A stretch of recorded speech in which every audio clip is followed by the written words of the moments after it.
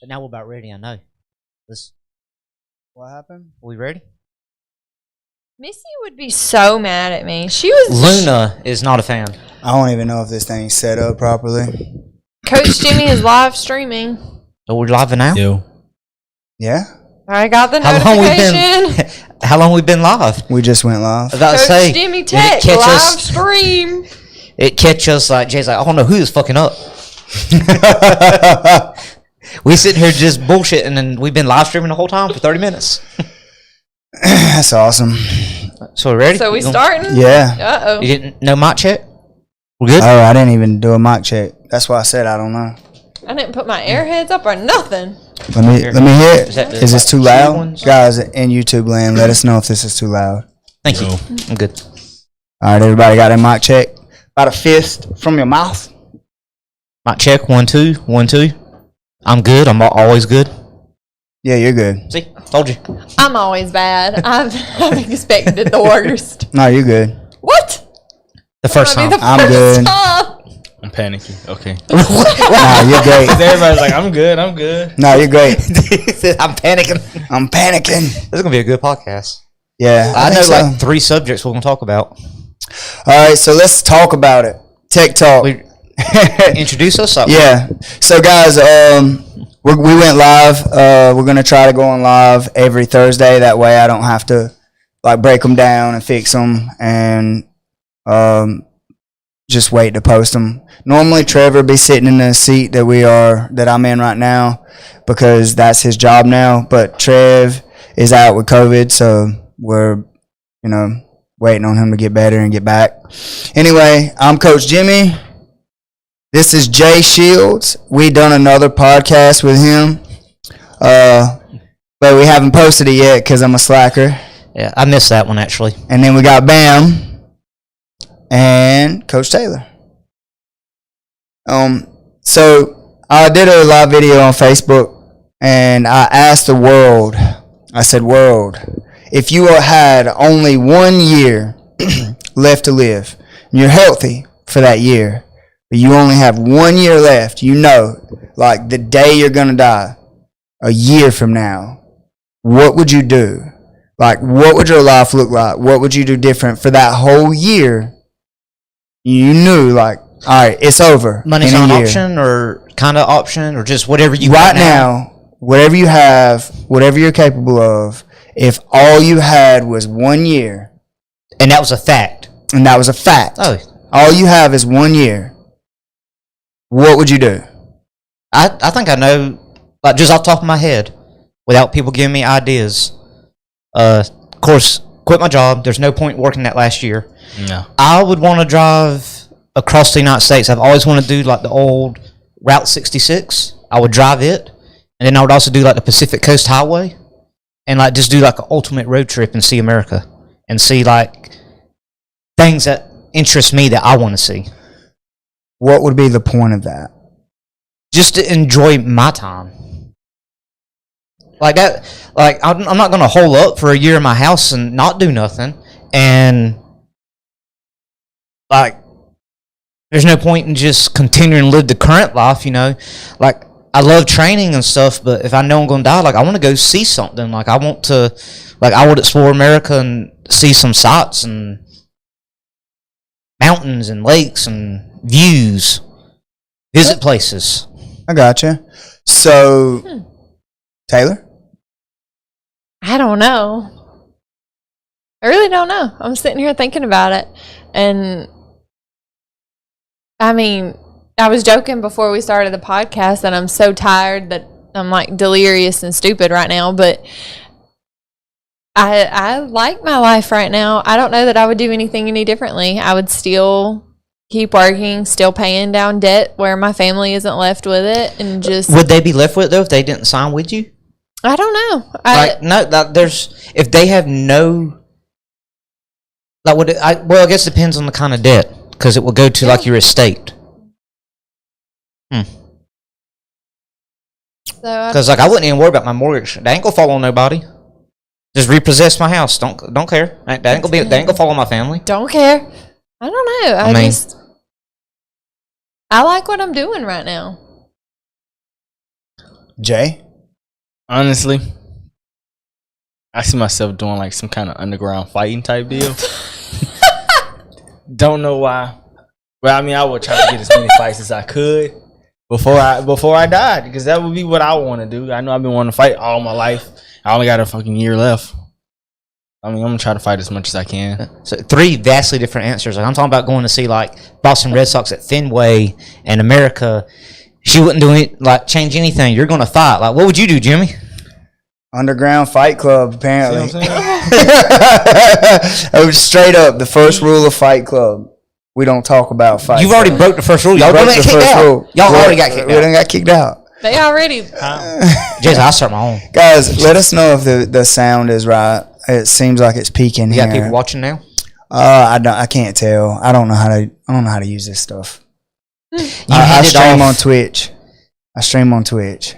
Mm. I'm not a YouTube streamer. I'm gonna start streaming here though. So that is what it is. Anyway, no, honestly, what I would do, I enjoy my life the way that it is. I've created my life in the last couple of years to do this, and I enjoy it. I would continue coaching. One thing that I would really, really strive for is I'd want to get my black belt like before passed or whatever, because I've been in this 20 years and haven't earned that yet. So I want to earn that. The funny thing about that is like I want so bad to like give people my jiu-jitsu, like what I do, how I do. And I spent the last 7 years kind of building our style of jiu-jitsu and the way we do. It's like a lot of what we do is like it's mine. And the way that we do stuff, the way that we pressure, the way that we hang our weight and do everything real, it seems real, like high output, but it's not. We have lazy jiu-jitsu. It's like get position, put your weight on them, and make them move. And then put more weight on them, make them move, make them uncomfortable, make them move, make them uncomfortable, let them move, and then hang them with their movement. That's our style of jiu-jitsu, and I really want people to carry on my style of jiu-jitsu. So I don't think I would change anything. And one thing that I know I'm going to do even now is I'm going to start doing a lot more seminars and sharing what I think is important in grappling. And I'm going to go around. I've got 3 of them kind of nailed down. I got several that I'm supposed to do, but they're so far away. Like from here, I got to make the time to make the trip, and I just got to start doing it. And that's something that I want to do, is go around doing seminars. So if somebody said you got 1 year left, I would just travel and go to gym to gym to gym and just do seminars and like teach my style of jiu-jitsu and try to leave that behind for everybody. I think that would be my answer. As long as I stayed healthy for the whole year, Yeah. So what are you guys' answers? Leave it in the comments. And don't forget to like, subscribe, and hit the bell so you guys get notifications when we do this. I was actually supposed to go live from Tech Talk, but I went live from Coach Jimmy. So this podcast is going to be on my Coach Jimmy instead of Tech Talk. I just realized that. She said it a minute ago, and it didn't click until just now. But you'll have it saved so you can post it on Tech Talk as well, right? Yeah, I'll have it saved so I can post it in both places. Okay. This should have went live on Tech Talk, though. But it is what it is. We'll get it. We'll figure this stuff out. That's why we need our man Trevor here to keep me straight. But yeah. Anyway, so there's that. There's our 4 answers, I guess. Bam, you had some other topics you wanted to bring up and talk about? Yeah, there's a few actually. Do you have some topics, Jay? You got a notepad? Oh no, I just seen it. I just picked it up. Okay. He wanted it. You just blowing his cover. Jay was trying to look intelligent, holding a notepad. And you don't even have the you just blew his cover. You didn't have the camera on, so it didn't matter. The first thing was we had planned to talk about this, and we did a podcast, and we said we would wait for Taylor for this one. And specifically, I want to wait for her to join on this one because she had an experience as well. And I figured we could compare the experiences and just talk about it. And for those that follow me on Instagram, like, they've already heard this story because I posted it on my story. And everyone in this room knows the story as well. So I was at Walmart. It seems like everything always happens at Walmart to me. Yes. Especially in this town. I fucking hate Walmart. I'll go on record, I hate Walmart. But I always need something more than like one thing, and it's the one-stop shop for everything. So anyway, at Walmart. And this could have happened like way different than what it did. But I thought, like, there's things I thought I could have done differently. But thinking back, I think like for this situation and for it not to escalate, I handled it well. So I'm at Walmart pushing my buggy, and I see this guy like loop around and get behind me. And I'm walking, and I'm looking out the corner of my eye, and I see him walking behind me. Never, let me put this out there, like I never felt like in danger or like spider sense is like, okay, there's something wrong. I saw like his group of buddies up ahead, like 5 or 6 of them, and they're looking and like starting to giggle and stuff. I'm like, okay, I know what's up. Like I'm the butt end of a joke. They're having a good time. And they just seem like some young punks. That's exactly what they seem like. Bam's fixing to be the world star of the knockout game. So I could and I keep glancing, like I see them, and he's closer. And he gets close enough to where if I would have swung my hand around behind me, I would have slapped him. Like he was that close. And thinking back, like I could have easily done that, like swung around, like what the fuck you doing? I didn't though. Like I never, I never felt in danger. I felt like they were doing, a joke. They're young punks, and like the way you were raised, Jimmy, like you being a fighter, I feel like you would know, like you could tell if someone was about it. Right. I never got that feeling from them, like they were about it, like would fight or throw down. Like I never felt in danger at all. I'm just like they're having fun, but don't make me the butt end of your joke. Like okay, I'm not going to give them the reaction that they're expecting. So I keep walking, and he's doing like a funny step behind me. I don't even know if he notices that I notice him. I wait till I'm in between. I'm in his group of friends. So I'm surrounded. I stop and start walking backwards and walk right into him and step on his shoes. That's a bonus. I did not intentionally step on his shoes. I happened to step on his shoes. I wholeheartedly meant to bump into him. That was intentional. Because I think in the Boondock scene, every time he says this, like when Stick Meaner found him outside of the mall, it's like, I smell new shoes. You got to watch the episode. I've seen all the Boondocks. Yeah, I've seen them. New shoes. New shoes. That episode. What's his name? Uncle Ruckus? Yeah, Stick Meaner and Granddad. Yeah. It was outside in the mall and he stepped on his shoes. I felt like this could have been one of those moments. I can't say it. And that's what I think. That's what I think. You know what I was talking about. Yeah. Like one of those moments. Yeah. So anyway, I start walking backwards, bump into him. And I'm like, oh, excuse me. And then I just keep walking forward. And I cut over like a couple aisles to where I could still hear what was going on. But so now you're eavesdropping on them. Eavesdropping. Because now I'm like, okay, let's see how they react. Because now if they, like, depending on how they take it, they might want to look for me. Now, like, okay, I can hear them, like, okay. Because I was ready for a fight, but I wasn't looking for one. Were they clowning on him? That's it. So, I could see out the corner of my eye that he was flabbergasted, like, what just happened? And all his friends, Stop using them $5 words. Flabbergasted. All his friends, like, as soon as I stopped and walked backwards and bumped into him, like, they sucked in air, like, whoa, what? He stepped on the shoes, man. So I hear them. They're Don't nobody step on my shoes. So I hear them, and they're like, they're kind of clowning him, like, dude, like, oh, that was fully intentional. Like he saw us, like he meant to do that and all. Gassing him up. And I'm like, so I wait, and I go like do a couple circles. I'm looking. They have gone by this point. I'm like, okay, if I bump into him again, I bump into him again. But every time I'm going down the aisle, like I'm looking just in case. If they want a confrontation, okay, we'll do a confrontation, but I don't want to get blindsided. So I end up going to the grocery side.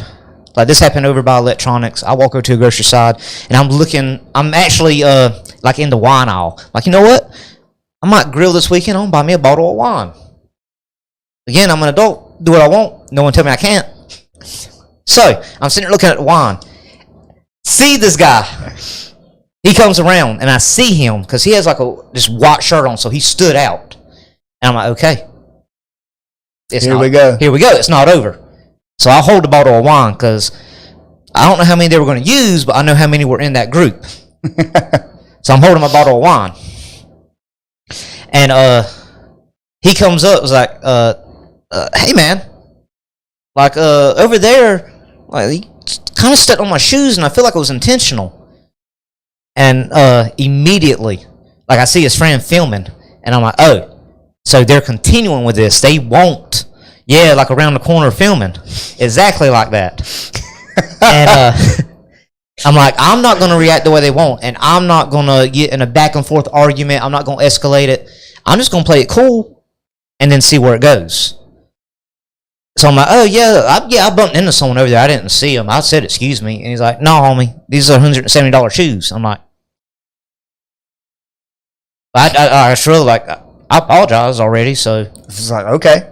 I'm like, okay. And now what? And he stares at me. His friend walked up beside him and was like, man, hit him. And I'm like, this dude that they had gassed up, like you could tell in his face, like he didn't know what to do and he really didn't want to do anything, but his friends have gassed him up and he's trying to save face. But I'm not giving him the reaction that he wants to save face. Like I'm not arguing, I'm not creating a confrontation. He's filming, and you see all these things that go viral or you don't know what led up to it, but someone looks like a jackass. I'm not going to be the jackass. So I'm like, I already apologize. And I just stand there and shrug like, all right. I know if they're going to do something, though, like, he's a hefty boy. I'm front kicking him right in his stomach, and then his friend's getting a wine bottle in the head.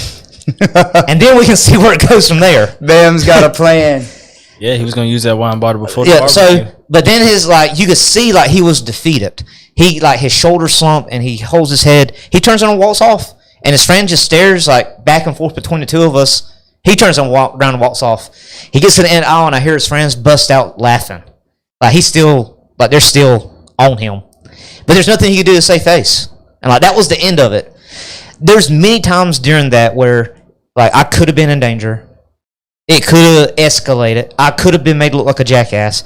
I could have swung around and hit the guy, and no telling what would have happened. But the vibe I got from him and how I handled it, I thought, like, that was the best case. I don't know. I was going to get your thoughts on it, and then we could talk about Taylor's. Like, Taylor's situation, her interaction, a lot more dangerous than, like, what I felt. Like, I giggled. Like, I was laughing about it. Like, I called you laughing. Like, dude, you never know what just happened. Yeah. So what do y'all think about it? I would have whipped my hair back like that and accidentally headbutted him in the face. Sorry, my hair was in my eyes. My hair was in my eyes. It's like, And see, like we always say, I could have easily just swung around and be like, whoa, I was scared. Like, what are you doing? I was scared. But see, I never felt that. Yeah. They just did not give that vibe off at all. Just blast double him.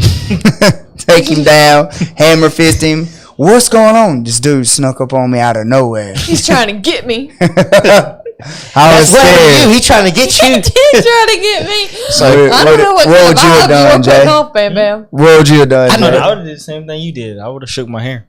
I definitely would have turned and been like, where is it again? And like I'm pointing towards the aisle. Oh, dude, that would Smack him in the head. just so I could have hit If him. I had someone with me, that would have been the move. Like, oh, it's over. Wham! It'd be like this. It'd be like, it's over there. Oh, for sure. Like, I'm turning hard. Oh, you over there? I'm sorry. Should have been that close. Didn't even And know I forget this because this has been a month now. But like after he said like, you know, these $170 shoes, I'm like, you walking kind of close to me. He's like, that's when like he's like, no, like, I went down the shoe aisle like you did it on purpose. And then that's when I'm like, nah, I'm not gonna. He would have fought me. You spent $170 on that shit? Yes, that's what I'm saying. Okay. What are So those? thinking about it, that's one of those where I could have, like, I could have really made him the butt end of the joke. Yeah, Like, what are those? I would have 100% went in on that. I'd have been like, You spent $170 on that shit? Like, what are you wearing? I'd have been like, did you feel something hit you when you walked out the store? Back in the damn head? 170 for those? Those ain't even J's, my man. Nah. It's so funny. You can always look back and think about things, but when you're in that kind of situation, it's like, all right, well, what are my options? Well, exactly. And I never experienced that. Well, in a situation, I'm like, one, I don't want to react the way they expect me to react. And I'm not going to be like made to be the butt end of the joke or the jackass. That's the only thing I knew going in. That's it. I agree. And I was actually going to say this. It reminds me, like, you don't get the reaction they expect. You did this before when y'all went to get the ping pong table. And someone was talking about, like, I heard y'all talking shit. Who's talking shit? And you're like, yeah, I was. And he just immediately. Oh my gosh, I forgot about that. And he's like, well, what do you mean? Like, why? Why are you doing Because he didn't, like, no one was talking it, right? Like, you tell the story. Did we tell that story on here? No, we haven't, so go ahead. Like, I will let Taylor tell hers. We'll let Taylor tell hers, and I'll tell mine. Mine's definitely not as good as the ping pong story. Mine is actually slightly terrifying. Like, yours is the more. guy is in jail We'll give this the good story, and we'll give the good story, and then we'll give your story, then we'll give the ping pong story. It's one of them things. Compliment, critique, compliment. What's a funny story? Now the heavy, Dun, dun, dun. and then we'll go back to the funny story. Right. There we go. Now, I don't know. That guy tried to get me. Like, so I was, it was the day of the competition, the kids comp that we were doing, and we needed water for the ref. And so Jimmy asked me, hey, will you run go get some waters for us? And I was like, sure, no problem. So I'm in his truck. And I parked in Eastman. There's a gas station, and on the other side of the gas station there is an ice machine. So I was like, well, I'll just go there and I can get a case of waters and ice all at the same time. I won't have to go to two separate places. So I'd already gotten the waters, put them on the back of the truck, and I walked over to the ice machine, and some guy pulled up in a car and started talking to me, and he had a mask pulled up and he had an accent, and I couldn't really hear him. And so I was just like, yeah, have a good day, and walked away from him. Well, I had my bag of ice. I was on the back of the truck, and I had to empty the cooler. So it took me a little bit. So I'm over there, and I'm emptying the cooler. And he pulls up behind the truck and, like, blocks me in. And I was like, what's going on? And he gets out, and he's like, you need to come with me. You're so beautiful. You just need to come. You need to come. And he grabs my arm and tried to pull me in the car with him. And I was like, no. And I just kind of pulled my arm back. But I had already thought, as soon as he touched me, I was like, I'm gonna have to throw this dude. Like, this is one of those situations where this dude about to get me. And he was trying. And he kept saying, he was like, just touch my body. You'll never leave me again. And he ended up telling me his name. He told me where he lived. And so I told him. He kept on for a couple of minutes, and I kept trying to, brush him off. And I told him he needed to leave. And finally, I was like, listen, I'm leaving. You got to go. And he finally pulled away. And I didn't think, I got back to the gym, and I was like, this guy just tried to put me in his car. But I didn't feel like, oh, no, he's this terrible person. I just thought he was a creepy old man.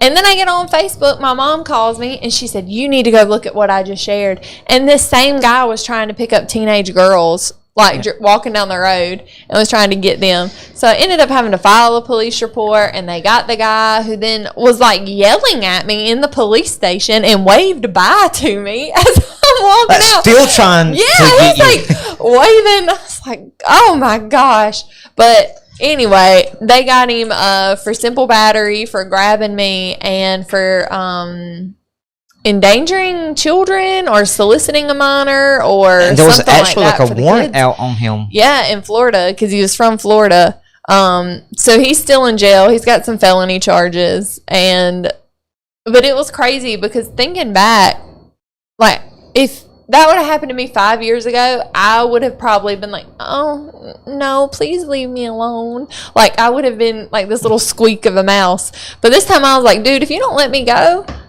like, I'm going to boom you. And I thought about it, and I was like, oh, I can take care of I'm not scared of you. It was like one of those where I kind of wanted to stick my tongue out.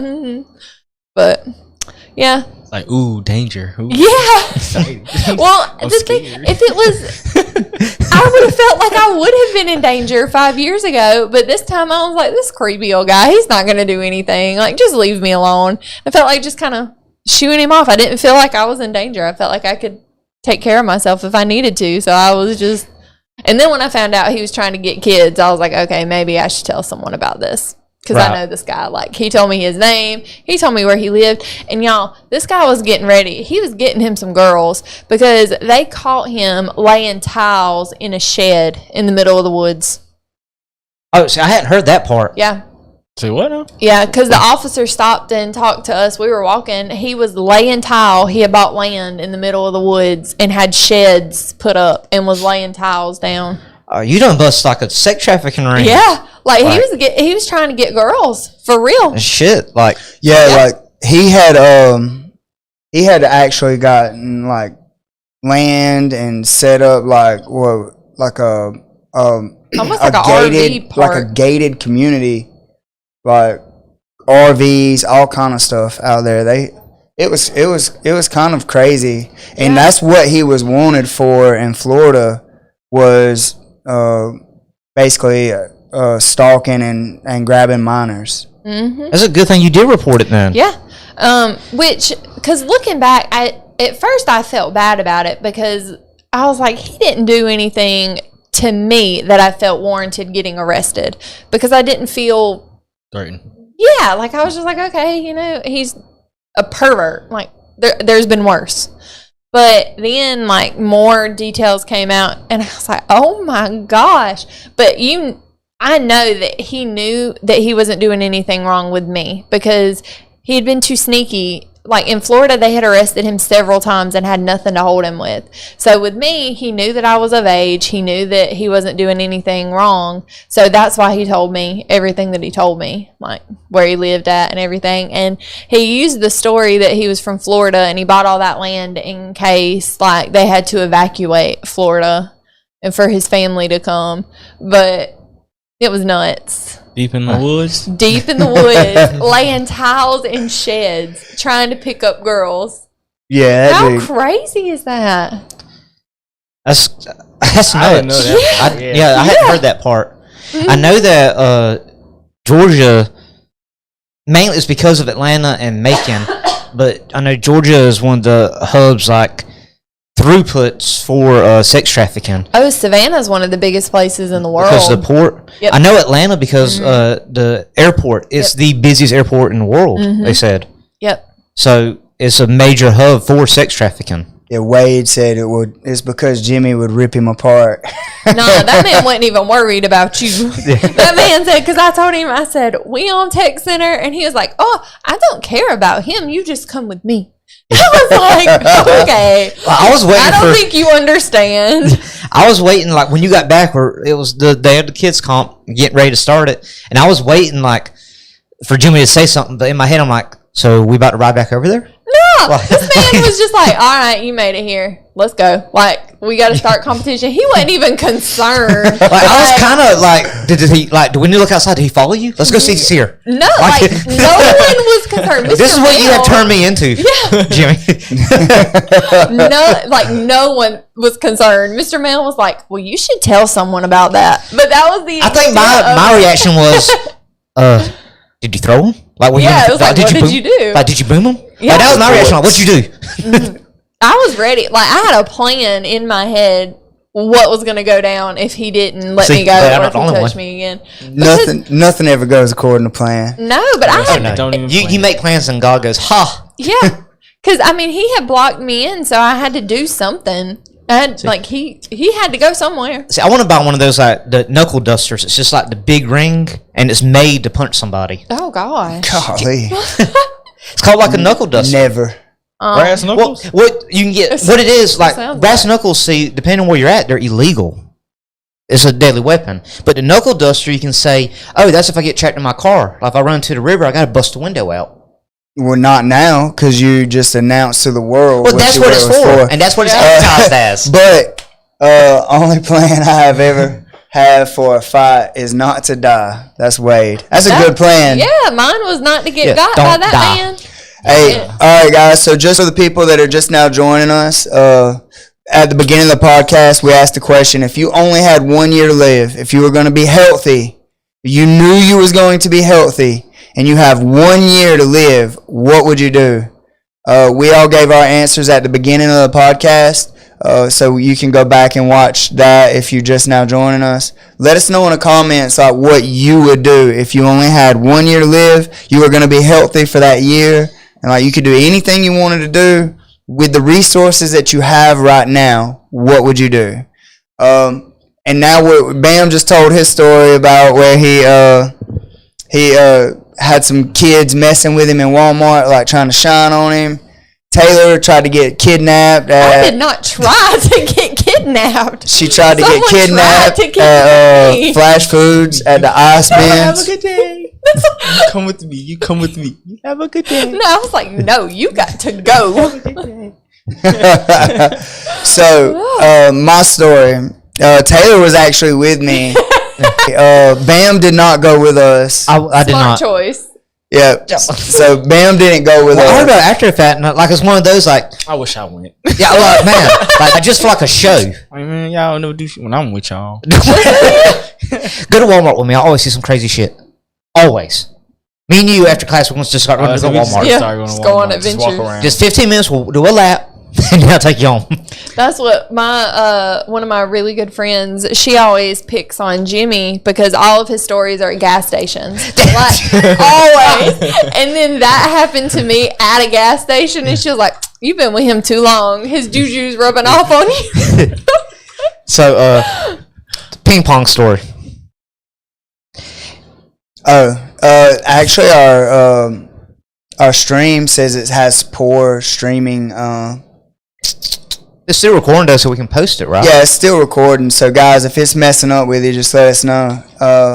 Wade said, "You ever seen Boondock Saints?" We was just talking about that earlier, Wade. Yep, that's funny. Look at Jay's face. Yeah. New shoe. See, that's different. There's Boondocks and then Boondock Saints. Yeah, it's different. They're both great. I agree. All right, guys. So here's the story that I had. Definitely gonna run that. We're definitely gonna run that cable so that we have internet straight to it. Anyway, so here's our story. We had a student start here. He's a friend of ours. He started training here. He was here for about a month, and then he goes, Jay and I can do work. That's what Wade said. He goes, hey man, will you help me get my ping pong table? It'll take about 3 or 4 of us to load it up. I said, yeah man, after class we can run over there and get it. And I said, yeah, we can run over there and get it. He was like, all right, cool. And I was like, don't it fold up? He was like, yeah. I was like, all right, so it really won't take but 1 or 2 people if we take it apart. He said, no, it's going to take 3 or 4 people. It's going to take the gang. Yeah. Bring everybody. And he had done thought it through. Yeah. I was like, all right, let's go. So I asked Zach. It was me, Zach, Jacob, Taylor, and Chase. Yes. And we all just was like, yeah, let's do it. So we trained that night. We got done training. We head over to the dorms to get this ping pong table. We get there, and Chase is like, there's a guy meeting him at the door to let him in because it's locked, right? Yeah. And he opens the door. We go upstairs, like these flight of stairs to this room. We open this room, and there's 17 people. They're having a party in there. In this room. And they're all standing around the ping pong table. And I'm like, oh, shit. And that moment, you're like, wait, are we still on the table? We still don't know. We took it. But, so I'm looking around the room. I'm just like, holy shit. And then Jacob, this is how I know how many people is there. Jacob looks around And he goes, "We got this." I said, "What? What do we have?" And I'm working my way to the back corner. Like, I just walked past everybody to the corner. We're all like in the edges of the room. And I'm getting my back to the corner because this is not comfortable. Chase, without missing a beat, he like pulls out this little ratchet set. Like, this little bitty ratchet set. He pulls it out. And he's like, yeah. And he's like, crawls under the table and he's like ratcheting it while they're playing ping pong. They're in the middle of the game. Yeah. And he just starts taking this thing apart. Just ratcheting it, taking this thing apart. And then this guy, he goes, "There's a matter of money." Chase just slides out from under the table. He's like, "Is it your fucking money? All right then, shut the fuck up. Don't worry about it." And he gets back under the table and he's like going back to work. And I'm like, "Oh shit, what are we doing here?" And then the other guy was like, "Nah, somebody owes somebody some money." And then the other guy was like, "Yeah, you owe us." It was like $20 is what he said. I was about to say like a paddle or something. Yeah, because the guy had bought like 2 of the paddles or something for, he said 20, but Chase was like, "I was standing there, I bought the table and 2 paddles. You bought 2 paddles for $10. And Chase flicked $5 at him. A $5, like a crumpled up $5 bill, just flicked it at him and said, "Here, that's $5. That's all the fuck you getting from me. You've been playing on my table for this long, blah, blah, blah, blah. Like, fuck your couch," pretty much. He was going in. And he wasn't scared. He went back under the table and was taking it apart again. And the other guy wasn't having it. He was like, "No, you gonna pay the money. You gonna pay them the rest of the money. We ain't doing that." And Chase come out from under the table and he was like, "Listen, man." He was like, "You really don't want these problems. And you see these people I brought with me, you really don't want those problems." And he was like, he's like, "You see that guy over there? He owns a mixed martial arts school." He was like, you really don't want those problems. Best thing you can do is shut the fuck up and mind your business, boy." And I was like, "Oh my God, we got to go." Taylor is walking around. She has a text in her bag and she's grabbing paddles out of people's hands. Like, "Is this your paddle, Chase? Is this paddle yours? Is these come with you?" And she's like filling the bag up with the paddles and the ping pong balls. And I'm just standing there like, "Oh my God." And so now I'm like, I don't know if we're just bullying these people out of their ping pong table and Chase just took us to take it, or if we're supposed to get a table, if it's really Chase's table. I'm not sure at this point. But what I am sure of is there's 17 of them, because Jacob counted them out loud. And then said, "Good." And then said, "We're good. We're about to have some fun." And I'm like, "No." Like, "No, I just wanted to pick up a ping pong table." And so now that Chase like folds the thing up in the middle. He took everything apart. He folds it up in the middle. Taylor and everybody goes down the other way. Me and Chase are pushing the table. We go to the elevators. This dude walks with him. The dude asked... The one that let us in. Yeah, the one that let us in. He asked me, he goes, "So you train?" And I was like, "Yeah, I own tech center, man. Whatever." He's like, "Oh, cool." And Chase was like, "Yeah, that dude didn't know what he was." I was like, "Nah, dude, that ain't like that. It ain't like that." Like that, I said, "Nah, I mean, if he would have jumped on us or something, it'd been different. But yeah, we ain't like that." And I was like, just saying basically like, "Oh, I would have stood up for myself, but we ain't come here to fight anybody," or whatever. And we walk down and then we go through Jacob. We go through the alleyway, pushing this big ass ping pong table through like the middle of the college, down through the dorm, through this alleyway to the car, and they're loading up the table. I'm standing off to the side. Cochran or Eastman campus? It's in Cochran. Okay. I'm standing off to the side, and this dude like, "Hey Chase, you forgot your fucking black light," and he threw this black light out the window. Now I'm standing here by myself. Everybody else is over by the truck. That thing busted at my feet and just, and everybody was like, "Oh shit! If that had hit Jimmy, oh my god!" Like, and I was like, "Nah, it's cool. Like, it didn't hit me, nothing. It's not my lot. It's not my lot. Like, I'm not mad or anything. Like, I'm not like that, you know." And I'm just kind of standing there. But if it would have hit you, I'd probably have been pissed if they hit me with a lot. I don't think I would have went back up there though. They, like, I don't. There's 17 of them. Yeah, I don't know. I don't know how it would be. But the point is, it didn't hit you. Yeah. So, but now these guys are peeping out the door, and they keep opening the door, closing the door, open the door, closing the door, and then this guy, he comes running out the door. And he's got his chest puffed out and his arms down to the side. He said, who's out here talking shit? Y'all out here fucking talking shit? Yo, what's up? Y'all want to fucking talk shit now? And he's just screaming. And Zach goes, well, what did they say? You tell me what they said and I'll tell you who said it, since somebody's talking shit. No, y'all motherfuckers out here talking shit.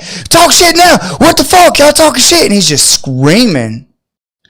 And, Zach asked him again. He said, what did he say? Tell us what they said, and I'll tell you who said it if somebody said it. No, y'all motherfuckers out here talking shit. I said, I said it. And the guy looked at me, and I said, I said it. Now what? Now what do we do? He goes, what? I said, I said it. I was the guy. I'm the one that said it. Now what? Now what do we do? Now what happens? And he goes, why would you do that? Yeah, and see, that's his tone immediately changed from, oh, y'all motherfuckers, da, da, da, da. And then I was like, no, it was me. Now what? Right, and see, that's what made me think of that story, that specific part right there. Because telling my story, like when you don't react the way they think, like you give them a whole different reaction, it changes. Like it just changes the whole demeanor, and it throws them off. Yeah, and that's exactly what you just did. Yeah, I was like, now what? And when I said, now what do we do? He said, why would you do that? Yeah. That's literally what he said, and I was like, so did Jacob lose it right after that or before? It was after. Okay, it was after because another guy came out because he said, he goes, why would you do that? Okay, but the funniest part in all of this to me, while all this is going down, is he has walked out where there's like some stairs and you can see a wall inside the door. Like all you see is the wall, and all you see is about 10 heads sticking out the side watching us. Like all you see is their heads in a line just watching what was going down, and you could just see them just. And it was the funniest thing because they were just hiding. Hide and watch. Yeah, they was like stick their head out. Yeah. And then come back. Stick their head out, come back. And they've been doing it the whole time. And when the guy said, why would you do that? I'm like, I don't know. Now what? And I'm just sitting there waiting, right? And like I done walked over to the thing. Well, the guy walks back inside. And then they stick their head back out. And then they stick their head back in. And then they stick their head out. Like and they said, just get the fuck out of here. And Jacob this whole time has been uncomfortable. That's why he counted everybody. Jacob was like, let's just go. It was like, I don't. Yeah, he doesn't like confrontation at all. Yeah, he was super nervous. He was like, let's just go. I don't want to be here. Like he literally said that. He said, I don't want to be here. Let's just go. Like, man, it's a $50 ping pong table. Like, it's not a big deal. Like, don't worry. You don't even need that thing. You're probably not even going to put it back up. Let's just go. I don't want to be here. He said that probably 5 times. And then he was like, hey, guys, don't argue with him. Let's just load it up and get out of here. Like, he was ready to leave. But then the guy stuck his head out. I was like, get the fuck out of here. And Jacob, like, lost it. Flipped a switch. Because I just had this interaction. They threw a black light at me. I asked the guy, now what? The guy stuck his head, a different guy stuck his head out the window and said, just get the fuck out of here. And Jacob went, y'all want to stick your head in and out of the door like a bunch of fucking meerkats? You bunch of pussies, let's go. And the guy was like, what? And Jacob just started walking up the stairs like towards him. And I'm like, oh, we're doing this. Yeah. So I start walking. He starts walking behind him. I'm at the side. This next funny part, you're talking about Zach bouncing off of him. So I'm walking. Jacob is walking beeline. I'm over here, so now I'm beelining. So me and Jacob are like even, and I'm trying to like get there at an angle, like so I can kind of be like, no, we need to not be behind him, but be that buffer. Yes, Zach is trying to stop Jacob, and this is like 230 pounds Zach. He's standing in front of Jacob. He's like, no, stop, man, stop. Jacob grabbed Zach like under his boob, like under his armpits and his boob, and just launched him. I'm not making this up. He threw 235 pound Zach about 5 feet. A couple times. I kept bouncing him back. Yeah, he done it. He landed, and by the time he got there, he done it again. And Zach was like, no! He was mad. And the dude wouldn't come off the steps. But he was still ta. And Jacob's like, let's go, motherfucker. Come, I'll meet you on the steps. Let's go. And he's just screaming at him. And the guy's like, walks in the door. He walks out and says something else. He walks in the door. And I'm like, come on, dude. Like, I'm and like, you were telling Zach, like, let him go. Yeah. I'm like, let him go. He wants to go. Let's go. And it's time now. He's such an instigator. I'm like, it's time now. Shit. And he didn't instigate. And like, until it got like to the point. That, I don't say that as instigate. Like we're here now. Like you, we're here now. U-17 Meerkats have escalated this. Now we're here. Yeah, they were funny. Nothing happened, needless to say. They did. But no, there's still some more to this story. So that happens, and I get to the bottom of the stairs. So I'm at the bottom of the stairs, and I'm like, Jacob's still arguing. I'm like, y'all, strap it down. Let's get out of here. And the other guy was like, I'm sorry, man. Yeah, y'all just need to get out of here. Y'all got y'all's table. Y'all just leave. I'm like, yeah, all right. But neither one of them, none of the guys, anybody that was acting tough would come off the stairs. They wouldn't come all the way out of the door. When they did come all the way out of the door, it's because we was on the other side of the parking lot. We leave, and we're on our way home. No, we got I forgot about that. We got the ping pong table strapped to the truck. We're riding. I get a notification on my phone. Ding.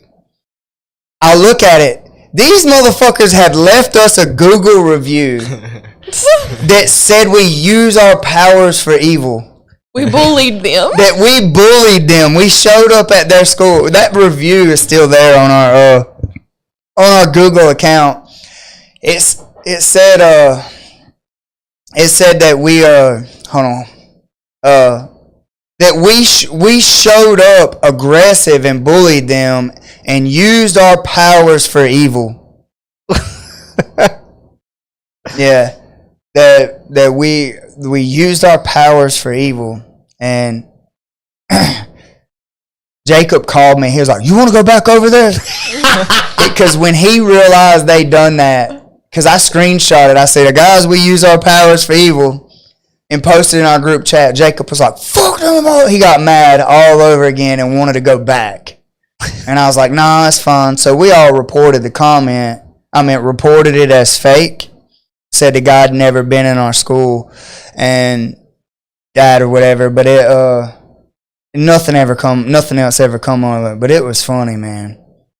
It was funny. And to this day, you don't know whose ping pong table it was. No, not to this day. I don't have a clue whose ping pong table that was. Just get Chase in here training one day, because he does pop in every now and then. Like, hey man, just shoot me straight.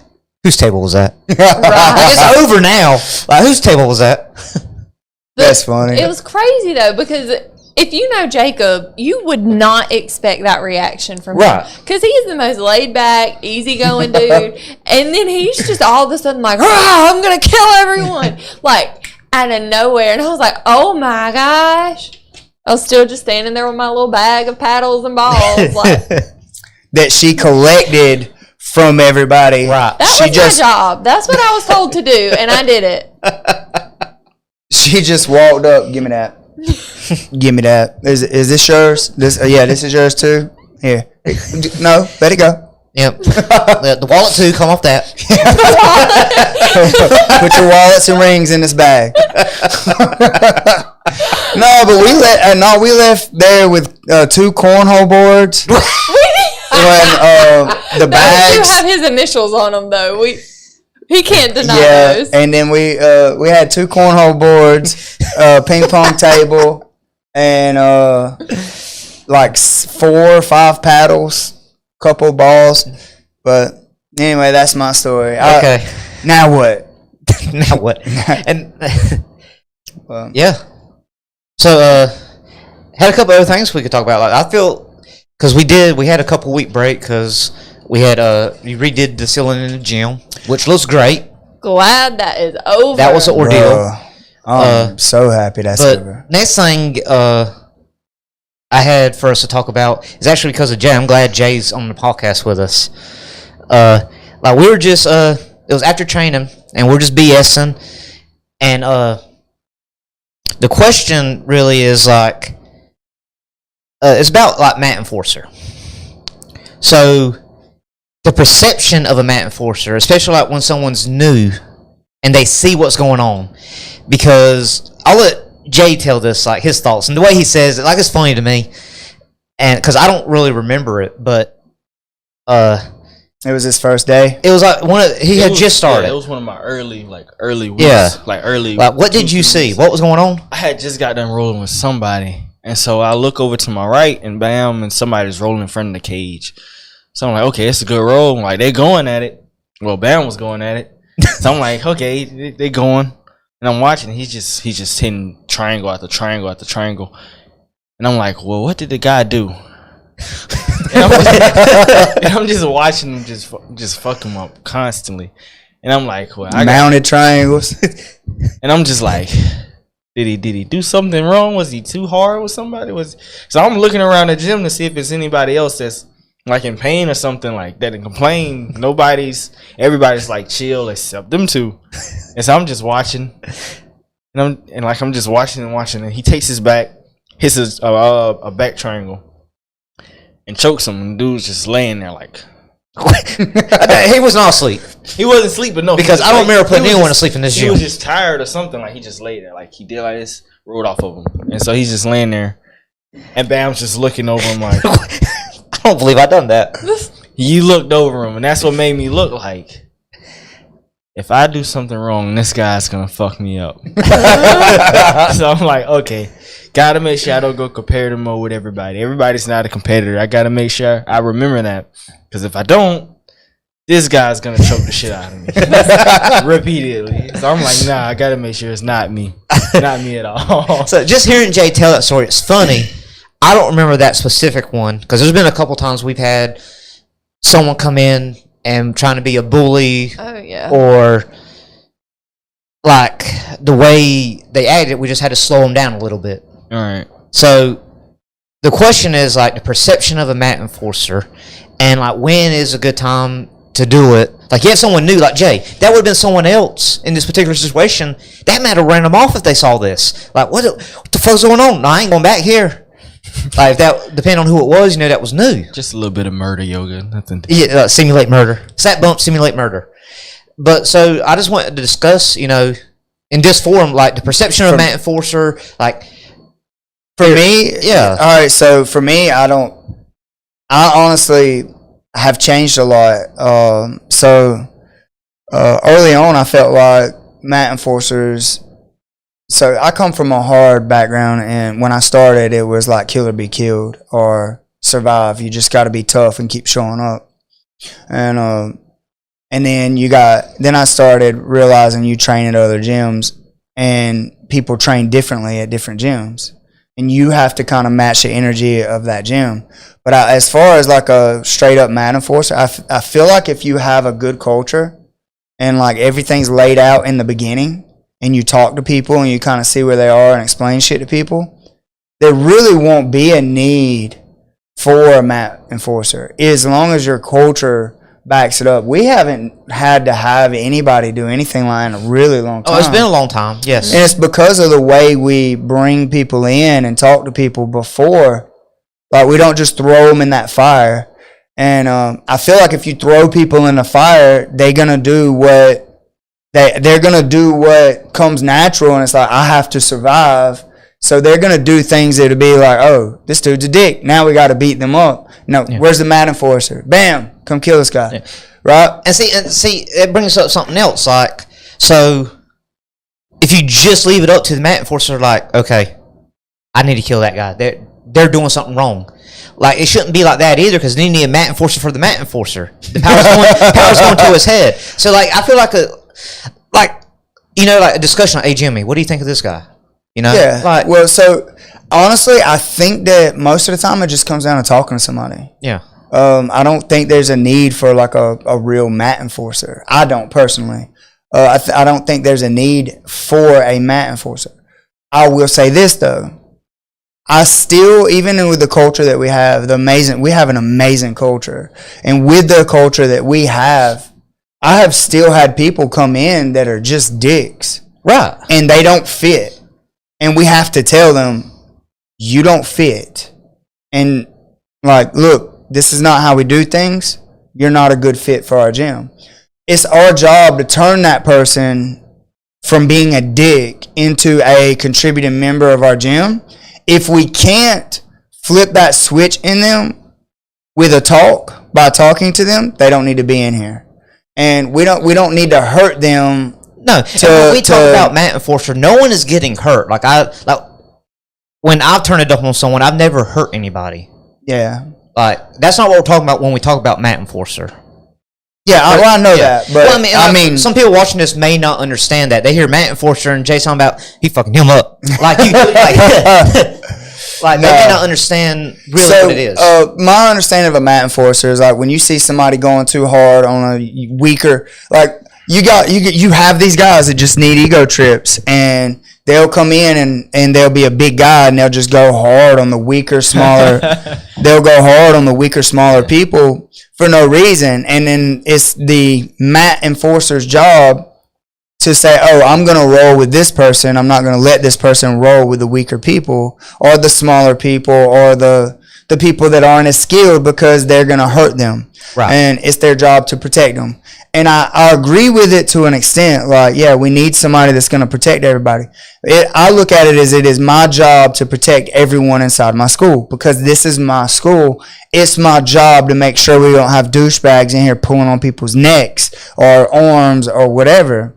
It's also my job to make them understand why and try to get them on board with how we train here. If we can't get them on board, they got to go. Okay. And that's why our culture is so good, though, because I have just said, hey, dude, you know what? That's not how we train. This isn't a good fit for you. And so, we've had people call us and say, oh, that they're pussies or they're this and that. Like, they're, you know, because they don't train hard and this and that. It's like, no, we do train hard. Our competitors train hard. Like, we match each other's level. And we literally give up positions and work out of them. We train hard. We're not hurting each other. And I think that that's a very clear cut like difference between a school that is trying to compete at the highest level and a school that's just trying to show up and show everyone that they're tough. Because schools that are trying to show everybody that's tough, yeah, you can be gritty. You can't teach tough. You can't teach tough. You either are or you're not. You can't teach that. People can get tougher over time. I was about to say, I was not tough when I first started, but I feel like I'm tougher now. You are tougher now, but you can't teach that. That just happened over time, right? That same mentality, that same stuff that you had a certain amount of resilience for you to keep showing up. You can't teach that. So, like, for me, if somebody headbutted me or something, I'd fucking headbutt them back. That's how I was. That's who I was. Like, if somebody did something to me, I'm like, oh, cool. I'm going to do this shit back to you now. And, or I'm not going to let it affect me to that extent, you know? And But now I understand, even on a deeper level, that if you bring people into your gym correctly with the right mentality and the right mindset, you really don't have very much of a need for an enforcer, because you can almost see right away. Now, what I use you guys for is anyone that's new, I let my better guys roll with the new person. When we set an appointment, I let Jay or you or Troy or somebody like that roll with them, or Zach, roll with them first and like fill them out. And then I'll look at you guys and they're like, yeah, you can let them roll with other people. Right. Or, no, let them roll with us for a little while until we can get them to calm their ass down, until we get them to where they understand flow rolling or rolling without trying to break people. Like, cool, get the arm bar, put it on properly, like make them tap. Don't snatch that shit off, you know? So that's what I think. I think that, and now we still have enforcers, but they're really protectors. They're not enforcers anymore. At our school, it's now protectors, because we just use the really good guys as buffers between the guys that are still learning, so that the new people don't come in and try to douchebag them or hurt them. And so I like that, mat protectors. Yeah. And like I say, we do have really good culture, and like what me and Jay were talking about, like nothing like that has happened in a really long time. It hasn't, because of the way we present it now. Yeah. Good discussion. Like I said, when he brought that up and all, it had me thinking, and I just wanted to talk about it. Yeah. Like the perception of it. Yeah, and now it's just different. Yeah. You know? What's your thoughts, Jay? I don't know. Jay's just like, I just beat people's ass, man. What's up? I about to say, yeah, I just kind of watch it and just see it happen. So I mean, I don't think much about it. Like, just, hey, roll with Jay. Jay, this is your partner. This is who you rolling with today. Okay. I don't think too deep about it anymore. You didn't even realize I used you in that way. No, not until you kept calling my name.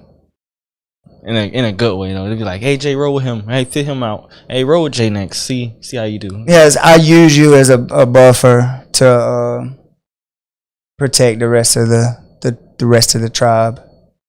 Yeah, I use you or Bam. Yeah. You get me fucked up like big guys. That's what he does. he waits till somebody 300 pounds come in and like, yeah, just roll with Jay. It's the next smallest guy in here. Just roll with him. Yeah. Jay is 130 pounds. Yeah. And how one of our guys is he's 6'8". 6'8". He's 330 pounds. So roll with Jay. Like, roll with him. Get a feel with him. See how he does. Setting Jay up for failure. He didn't fail. He didn't. Just take a little time. Just take a little time. Like I said, fill him out. That's right. Fill him out. See where he's at. So, last thing I thought that we talk about, because let's say it's been a minute since we were able to do this, remodeling the gym. And I think this goes right along hand in hand with what we've already talked about, like some of the characters that we've seen come through here. Oh, God. Thought, Taylor's got a great one. And instead of like, unless there's something else someone wants to talk about, I feel just be a good way to end it. Like, just talk about some of the characters that we've seen. We don't have to say names. We just say like this guy and this guy. I don't remember anyone's names. I don't either. But listen, Me either. like y'all ask me all the time, like Taylor, like, you know so and so. I'm like, I do not. And she's like, oh, that's so and so's parent. Like, gotcha. Because kids coach, I know the kids. I don't know any of the parents. And she tells me all the time like a parent's name, and I just look at her with the dumbest look like, I don't know who you're talking about. All I got to say is y'all are lucky. I got to know these kids' names, these parents' names, these adult members' names, the adult members' kids' names, the adult members' spouses' names. Like, I got parents come to me and like, hey, you're doing such a good job, or like, just want to tell you thank you. And I just, all right, man, thank you. Yeah. I still don't know their names. I don't know the kids. Because I work with the kids every day. So I don't work with the kids or the parents, so I don't know either one of them's names. I'm just like, hey guys, how y'all doing today? So let's start. You said Taylor had a good one. Let's start with that one. I know I got a couple off the top of my head. But Taylor, tell them about your superhero. Oh yes. Oh my gosh. So I set the appointments. I'm the first line of contact for everyone that comes in the gym, unless it's someone that just stops by and talks to us, but that's still usually me. Right. But so anyway, this guy, he had messaged and he was like, I really want to do martial arts. Like, I want to be one of the greatest fighters of all time. I'm like, cool. Come try it out. Here's your appointment. This man comes in. He pulls up before class even starts. He walks in with some YouTube videos pulled up and says, I want to be able to do this. This man wanted to be a superhero. He had videos pulled up where, like, he was fighting people on YouTube. These people were fighting a group of people without touching them. They were like, and like knocking people over. Yeah. No touch. That chakra, that. Yeah. I was like, well, we don't really do that here, but you'll learn jiu-jitsu. You will learn how to be a fighter. So he done class. I think he done fine. I mean, he partnered up. He did class. Well, I think we did a choke that night, and he did okay. Well, he came up to me afterwards, and he said, I need to know how to fight more than one person at a time. And I said, okay, like, 2 or 3, like, what we looking at? And he was like, I need to be able to handle whatever's coming at me. And I was like, Jimmy! So I called him over. I was like, I don't know what to do about this. And he started showing Jimmy superhero videos. And I was like, I can't do this, sir. And like, I asked him, I said, so what are your goals? He was like, oh, I want to be a superhero. Yeah. Straightest face. He meant that shit. I was like, he wanted superpowers. I was like, what? He was like, no, I want to be a superhero. I got to be able to fight off 4 or 5 bad guys at a time. Fuck, he thought he was Batman. And I said, yes. I said, he thought he what? was Batman. Like, That man showed me 10 YouTube videos. I was dumbfounded. I was like, Damn, that should have been my response when I first came in. Like, I want to be a superhero. Yeah. bro, I should have trolled. he 100%, like, he meant that shit. He was not playing. And then he told me, like, the anime that he watches and stuff, and he was like, I want to get that good. And I said, well, jiu-jitsu is probably... Please tell me the anime. I don't remember, but I told This would him... be a decent anime. This man's about to say One Punch Man. Give it up. Give it up. Dude, I told him, I said, jiu-jitsu is probably the closest thing that you'll ever get to having a superpower, bud. And I was like, you got to come in here and learn that. He was like, yeah, but this really don't help me with multiple people. He was sad. I was like, yeah, but I was like, Batman trains jiu-jitsu. And then I told him, I was like, but probably if there's multiple people, your best option is probably to run. He was like, nah. This guy here, and he showed me like some Aikido guy that was like making lines of people fall down. And I'm like, that's not real. And he was like, oh, yeah, I've talked to people that have experienced it and stuff. This is what I need to learn. I guess this isn't the right place. Okay. Let us know how it works out for you, man. We have no vigilante in Eastman yet, so... It hadn't worked out yet unless he moved. He had to move to get that kind of training. Yeah. He had to go to the monk's temple. That's the hardest part about this job, though, for real. Like, being the one that sets the appointments, the business person of the place, is I have to keep my demeanor when people tell me stupid shit like I was that. say to keep a straight Like, face, I would laugh every trip. Every trip I would laugh. Oh, the one that you wanted to talk about was good, too. Oh yeah, yours? it makes me look kind of bad, but it's what I'll tell you the whole story, exactly how it happened. This was like my first interaction with Jay, if it's the story that I'm thinking about. Got any mustard? Yes, Okay. it was me and Jake. So okay, this is one of those times you're like, hey, roll with so and so. I'm like, okay, cool, I'll roll with them. We good culture by this point, no mat enforcer, nothing. You're just like, hey, feel them out, roll with them. You walk off, I'll roll with this guy. I'm like, cool, we roll. I'll tell more about the roll after, like, I'll introduce it to the people. We roll, it's cool. I go off to another roll. I hear people talking.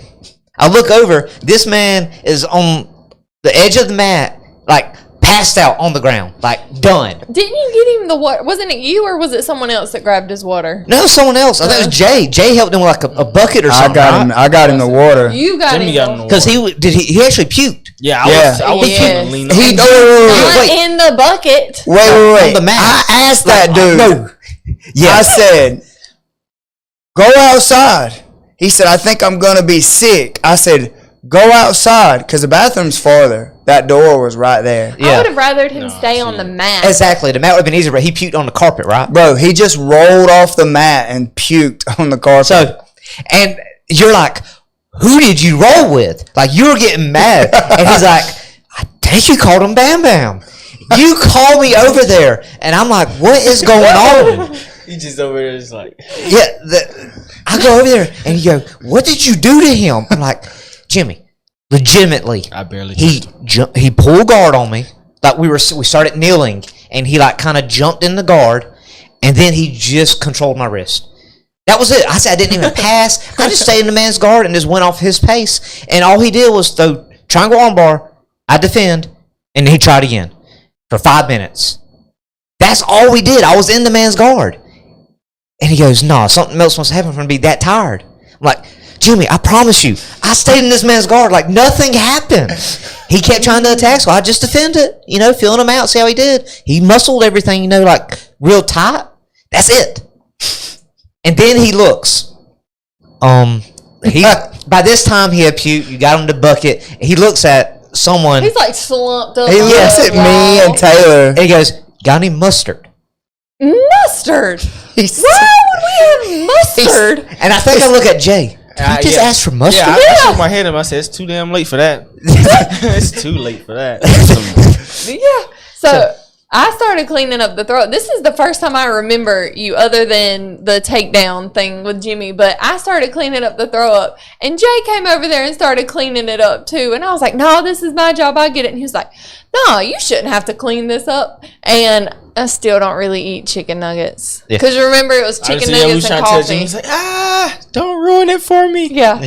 But so we're checking on the guy. Like, hey, do you need a ride home? Like, I thought the man was dying. He stayed in the parking lot for hours. I was about to say, so he goes, no, I'm good. I live down the road. I'm like, dude, one of us can drive your car and we'll take you home. He's like, no. So he leaves. We think he's gone. Me and you walked next door because that's when we were going to the gym next door lifting weights. Before I got my setup at the house.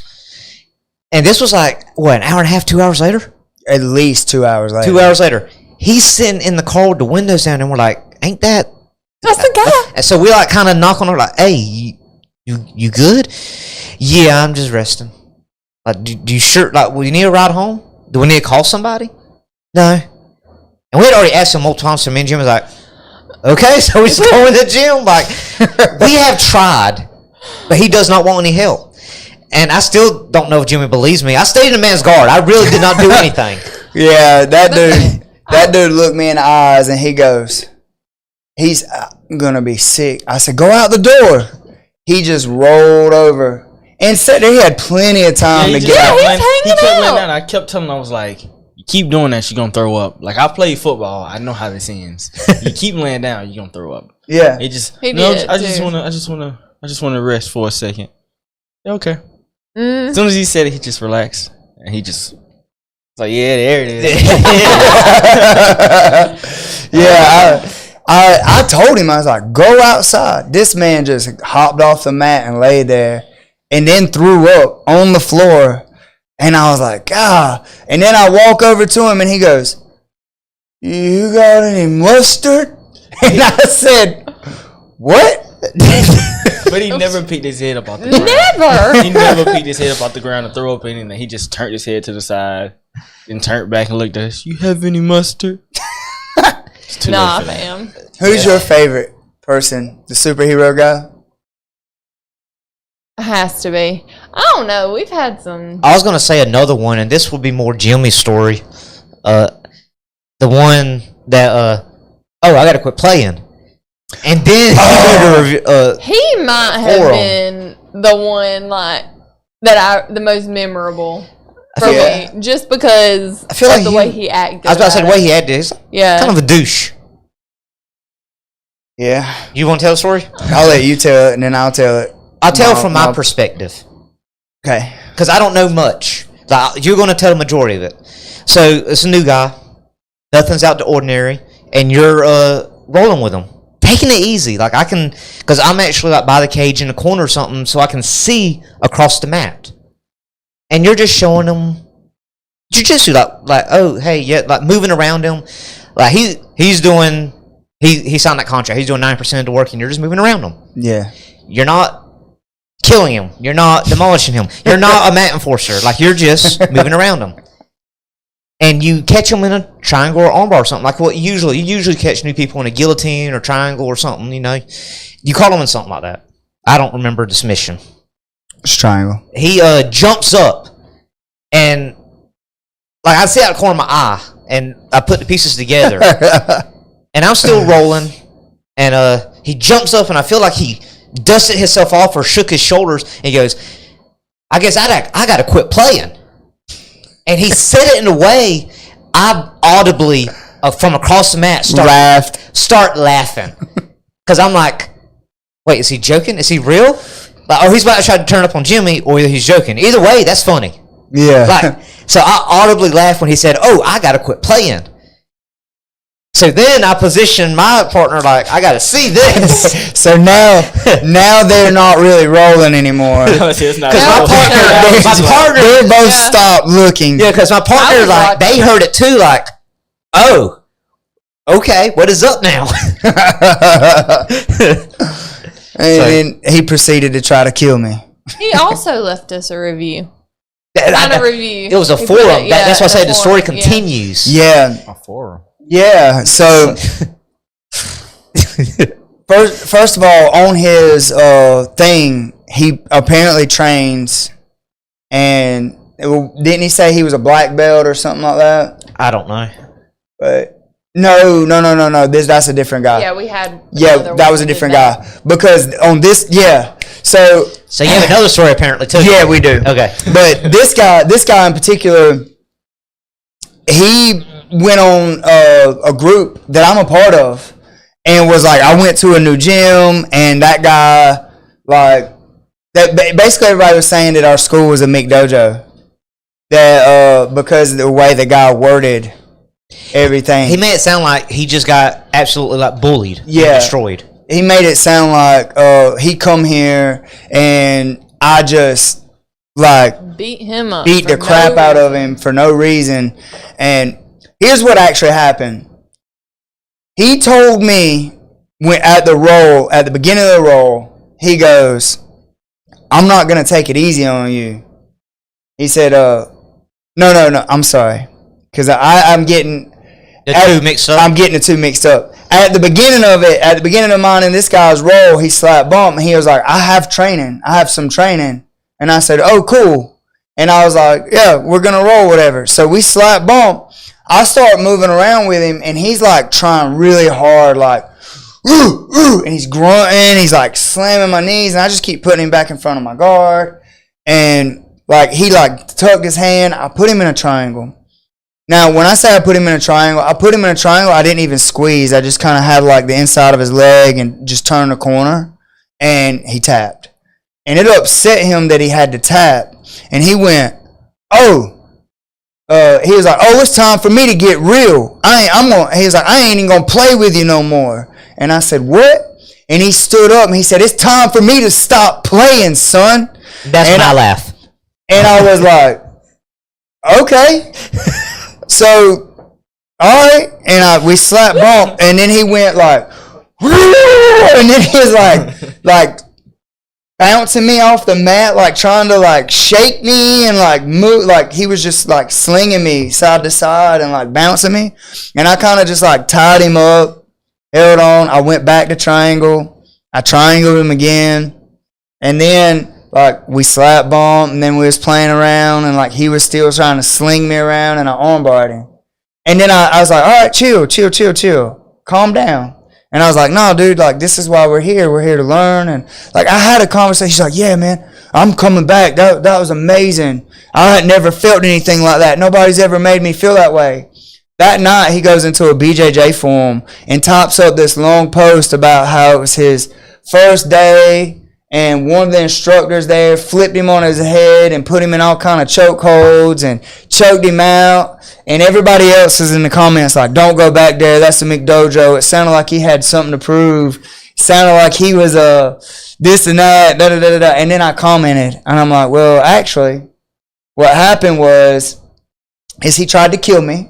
He told everybody in the class that he wasn't playing with me, and he commenced to trying to sling me around and slam me and flip me over. And all I did to him was trap his arm and triangle him twice. I armbarred him off of a triangle one time, but never even like fully extended or finished. He just gassed himself out and got really tired and sick. And then everybody was like, oh, well, that's just because you're spazzing on him. Stop fucking spazzing, dummy. And like then it went from McDojo, this and this and this, to, oh, you was a spazzy ass white belt that said you wasn't playing, that tried to challenge an instructor. That makes more sense. And like it just like went down that rabbit hole. But like there was like 200 comments about how I shouldn't have smashed him, and then I commented, and then it was like another 200 comments of, oh, you're a spazzy ass white belt that challenged a coach, stupid. Like you shouldn't have done that, dummy. But yeah, that guy was like, that's it, son. I ain't playing no more. Like, oh, okay. That's one of those like you hear from across the gym, and you wait, what? It's like I'm not playing no more. I'm not playing, son. It's time to show you what's up. Like, what? He told me it's time to show you what's up. I said, huh? I'm not playing with you anymore. Like, oh, you got me fighting a crazy man. this is a crazy guy. Okay. The Key and Peele skit. Like, y'all got me actually fighting a crazy guy? This ain't cool. This is not cool, man. Like, he knows we just talking, right? But now we have another one that did the same thing, but he come in and told us he didn't tell us he was a black belt. He told us that he trained with Japanese jiu-jitsu. And that he trained with another guy. I know the other guy. The other guy is not legit. He didn't know how to shrimp. Like, he didn't know hip escapes or anything. He come here for a private lesson one time, but then he owned his own school. And I told him, like, you don't need to be teaching Brazilian Jiu-Jitsu because you don't really know it. I told the guy this. He still owns a school. Still teaches. But two of his students, come here, and he was like, oh yeah, I've trained for this long, this and that. And I'm like, cool, where'd you train? He told me, and I was like, oh, okay. So I didn't have the heart to tell him. Like, I don't like being that guy. I don't want to talk shit about other people. I don't want to be involved in that. I don't want to be involved in he said, she said. But I also don't want people to do like I did. I spent 4 years at a McDojo before I realized I was at a McDojo. Then I spent 2 years at a place that wasn't a McDojo, but it wasn't a legit training facility. It was just like, who can be tougher? Because the guy was teaching legit shit, but he still had that we're going to knock each other out every day mentality. So I spent 6 years training with the wrong mentality, with the wrong people. And I want to keep people from having that. And I think the only way that you can do that is to call a fucking spade a spade and say this person is not a legit Brazilian Jiu-Jitsu trainer or whatever you want to call it. So I didn't want to call him out, but at the same time I did. But I did want to call him out. I didn't call him out, but I wanted to. So anyway, the guy trained, and I don't remember who I matched him up with. I matched him up with Bryant. He was matched with Bryant. Him and Bryant, and then Jansen. And I put him with Jansen and Bryant. And Jansen like flipped him over and like put his weight on him and like did whatever he wanted to him. And at the time, Jansen had only been training for a couple of months. And Bryant trains, but Bryant trains like twice a month. Still. Yeah. And that's been his schedule for over 2 years. He trains twice a month. But like, it was clear that this guy had never really grappled anybody that understood grappling at all. And he went to roll with me at the end of class, like he wanted to roll. And I was like, yeah, sure, I'll roll. and we rolled, and he like was like trying all this weird stuff that was just, I guess if you understood positioning and stuff, maybe some of it would have worked. But like if you're not controlling somebody or putting your weight on them or whatever, you know. Yeah. So like there was just stuff, and I just kept taking his back and like moving around. I never even submitted him. Like never even submitted a guy. But like he was trying really hard, and I would put him in stuff and then let go. And he has a podcast I did not know about, but he gave me his information and said, "Hey, I'm coming back Monday. Add me on here or whatever, and we'll talk." And I was like, "Cool." So I added him. Well, then on his Twitter, it said he's a Brazilian Jiu-Jitsu black belt. Like in his stuff, like when he gave me his information, it asked me about adding him to my social medias and stuff. Well, then he went and wrote this whole thing about, I trained over here tonight. Those guys are all right. Like they're not on our level or whatever. Like they're all right. And then like did a podcast about, which his podcast was about sports and stuff, about how different the schools were and stuff like that. But like he went in about, oh yeah, they're all right. They're different from ours. We're more our school's more about understanding the techniques in depth. They're more about their school's more about just trying to make things work from where they are. And like he went through this whole thing, and then he like posted it, and then there was comments under and stuff, and I was just like, oh cool. I never even said anything, never even commented, never even got on there and said anything, like never tweeted anything. Like I messaged him a few times, when you coming back? But I never even acknowledged that he was a Brazilian Jiu-Jitsu black belt on his bio, like on his Facebook, on his Twitter. I never even acknowledged any of that. And he's like the fourth person that's come to our school claiming to be a black belt that couldn't even beat like a one stripe white. But I don't know what possesses people to do stuff like that. Right. Like how where that man at? Like how bad like ego trip do you have? And like I just don't understand. He got to be deep to just want to dump in that deep part of the water. Just like, I'm a black belt. Haven't trained a day in your life. It's just like saying you can beat Usain Bolt and you don't run track. Nah. Like, I'm ready to bet $1 million against him. Are you really? It's retarded. Yeah, I play basketball at a rec. I'm about to beat LeBron. Shooting that deep three. Like Kobe.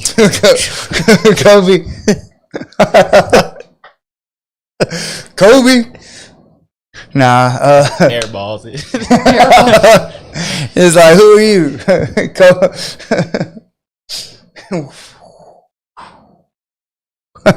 Just throw it way over the goal. Yeah, like, Kobe. All right, Shaq. I lost all my skills.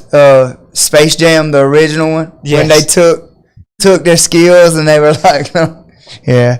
Anyway, there's so many black belts that come in here that aren't black belts. For real. Have I seen anybody that claim to be a black belt? I don't think You've so. probably seen a brown belt. We had a brown belt one time. Yeah, we had a guy that was a brown belt that come in. You gotta start pointing these guys out to me. I'm missing all the good fun of people claiming to be like, just be like, hey, him. He's one. Just point him out. He's one. He's one. Hey, that dude come and train for almost 2 months. No. He paid us for almost 2 months. I think he only showed up 3 or 4 times. Okay. Well, I knew he was a member for like 2 months. He's still like once in a blue moon, don't he? Yeah, he'll swing in and talk.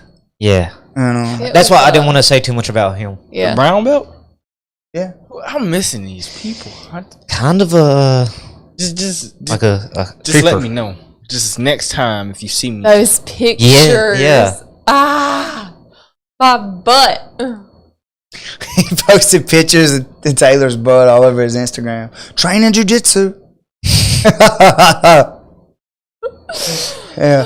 But anyway, yeah, that he come and train for a couple months, like 2 months here and there. And he was like, can I still wear my brown belt? And I gave out a whole story. I was like, look, dude, if you're like, there's people that come in here that claim to be purple belts that aren't really purple belts. There's people that come in. I was like, the mat don't lie. The mat will let you know where you are. And people can claim what they want to claim, but the mat does not lie. Like, if you've been training this long, it's going to be very obvious that you've been training that long. Why don't they ever just claim to be like a blue belt? Like, they always try to go extreme. Like, yeah, I'm a black belt. They don't know. They don't know any better. No. They don't even know the culture. Like, one person, this is the funniest story. He showed up, bro, and told me he was a black belt. And I said, for real? Really? Who'd you get your black belt under? Oh, I train in Fitzgerald. I said, Fitzgerald? There's a black belt in Fitzgerald? And we're talking about, this was like 8 years ago. There's a black belt in Fitzgerald. And he was like, yeah, it's a Mexican. And I said, well, a Mexican? He said, yeah, it's a Mexican named Henry. I said, so a Mexican named Henry gave you a black belt in Brazilian Jiu-Jitsu. That's the way to refer to your instructor. And he said, he's a Mexican. He said, yes. And I was like, how long did you train with him? He was like, about 6 years. And I said, and you just introduced him to me as a Mexican named Henry. And he goes, well, I didn't figure you would know him. I was telling you a little bit about him. And I was like, oh, okay. Why did you have to tell me he was a Mexican? You could have just said this guy named Henry who looks like such and such. Like, he's over here. Jay, gave me the name of his school. Let me ask you a question, sir. Who do you train with? This white guy. This bald-headed white guy. Yeah. Where do you train at? In this building in front of the police station with this white guy. Right. Does that sound normal to you? No, it sounds like I'm getting beat the fuck up. Bro, you would be like, oh, I train with Jimmy Barnett at Tech Center. Yeah. You wouldn't be like, oh, I train with a Mexican. A Mexican, yeah. Well, who? Oh, Mexican named Henry. Like, that was my first red flag. My second red flag was he didn't know how to do the warm-ups. He didn't know how to shrimp, forward roll, backward roll. He didn't know none of that. Then, like, we hip tossed him, put our weight on him, and he tapped out to pressure. And I was like, you're not really a black belt. And like that's probably something you shouldn't lie about. You go to another school and lie about that, they'll probably beat you up. And he was like, oh, okay. But anyway, I was excited about getting to train with him, and then he showed up and he was not a black belt. He just messaged me, I'm a black belt, I'm in town and I train. Like, yeah. Where'd you get your black belt? Mexican. Mexican named Henry. I said, what? Mexican got on boots. Mexican got on boots. Mexican named Henry. And then we had another one. He was training fighters here in town. And he said he was a black belt. He was a black belt in Harakaru, a black belt in Brazilian Jiu-Jitsu, a black belt in Japanese Jiu-Jitsu. Harakaru. It's like sword fighting. Is that real? I have no idea. I have no. I didn't know they called sword fighting Harakaru. It's like a martial art that is sword fighting. And someone has given me a card before that said they were a black belt in Harakaru, and told me it's wrong.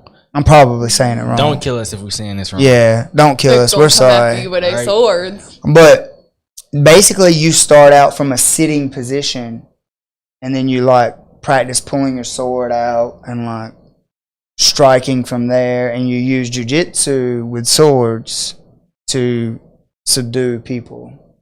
from my understanding. But the only person that I've heard this from was also from a person that was claiming they were a black belt in Brazilian Jiu-Jitsu that didn't know what guard was.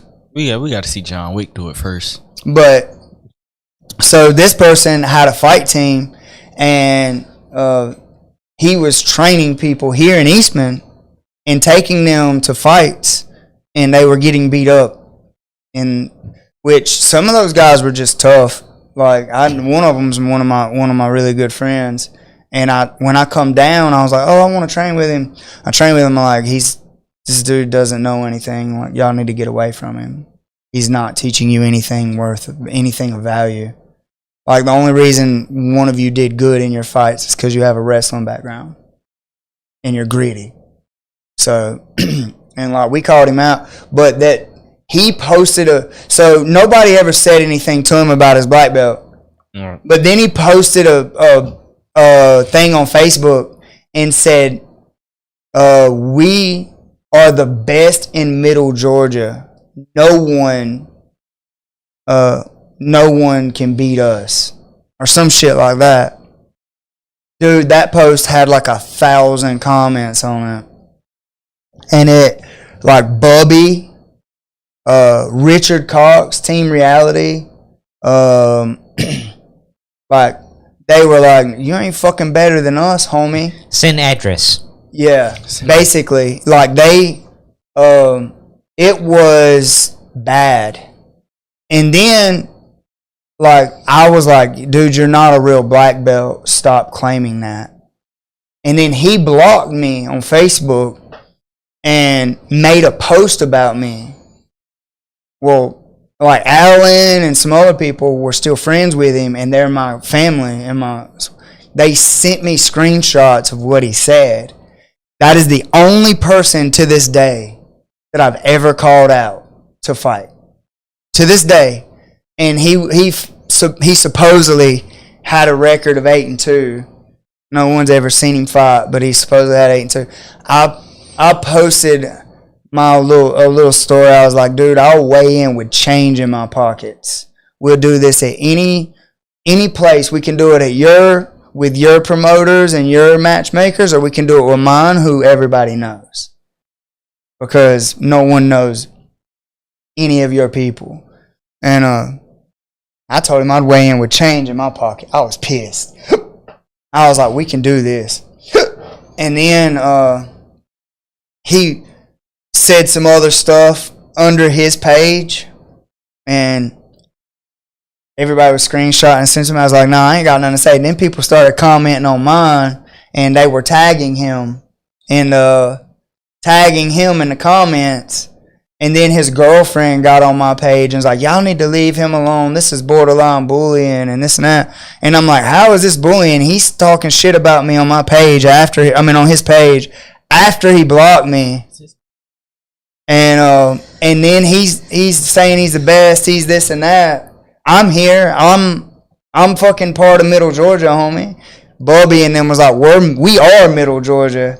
And then Richard was like, dude, you're talking shit about all of us. We're all from here. Like, and he unblocked me, made a comment, and then blocked me again.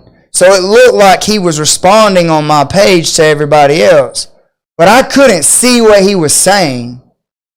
But everybody else in my comment section could see what he was saying. So I had to screenshot and say, this is what I see. And then everybody screenshot and said, this is what he said. Because it looked funny because people were replying to him. But I couldn't figure out where the other people who they were commenting to, because I couldn't see what he was saying. And it was just weird. But anyway, I called him out, and then I told him at the end of it, I was like, I said what I had to say. Like, you want to fight? Like, we can do it. We can do it with your promoters and my promoters. We can do it with a cage, with the thing, whatever. And then he was like, well, if a real man wanted to do it, he'd meet me in the street or some shit. I was like, well, I'll be at the gym. Right, this gym. I said, I'll be there today and tomorrow. Come on by. That's even worse. I would want a referee there to somebody to save your fucking life. Yeah, at least help me. Like, No, I ain't fought a day in my life. I want to go fight somebody in the middle of the alley with nobody around. Like, nah. But no, me and him's cool now. Like he admitted to what he did and like said he was sorry. So You say why he did it? No, he didn't understand. He just thought that the little bit of training that he had and stuff was Everything. Like he makes out like he bought into what someone else had told him and done for him. And there really was a guy at one point. That was legit. No, he was not. There was a guy that was not legit. The guy wasn't legit, but he had a bunch of students telling them that what he was teaching them was legit and was belting and doing things like that. And I think that I'm about to say his name. I think that this person got put that was under that guy. I think that that's what happened. So he technically wasn't lying. He just didn't know any better. Because that's what's going on in Dublin right now. There's a place like that in Dublin right now. And let's go. Yeah, I thought about dojo storming. Let's go, man. But I don't want to be that guy. Let me be that guy.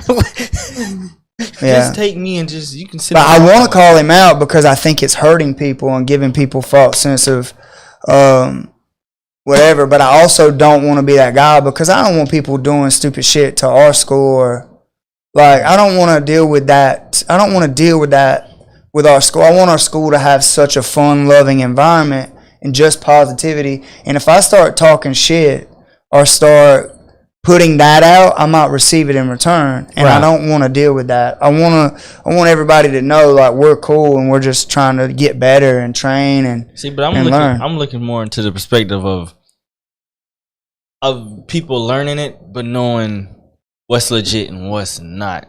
Like I don't want people to be going in there wasting a year of their life and then they don't really know shit. Yeah, I wasted 4 of mine that way. You know what I'm saying? I was pissed, dude. Could you imagine showing up and thinking what you're doing is real, and you got the goal of being a fighter or the goal of being in the UFC or a goal of being a world champion of jiu-jitsu, and then you go to a legit place 4 years later and realize that everything you learned was all wrong. It wasn't right, and you have to unlearn really bad habits of grappling that you've been doing and relearn it the right way. That's trash, ain't it? Yeah, I bet that sucked. That's what I did, dude. Triangles, arm bars, like we were doing that shit right in front of our opponent. No angles, like no hip outs. Didn't know what a shrimp was. Been training 4 years. Didn't know what a shrimp was.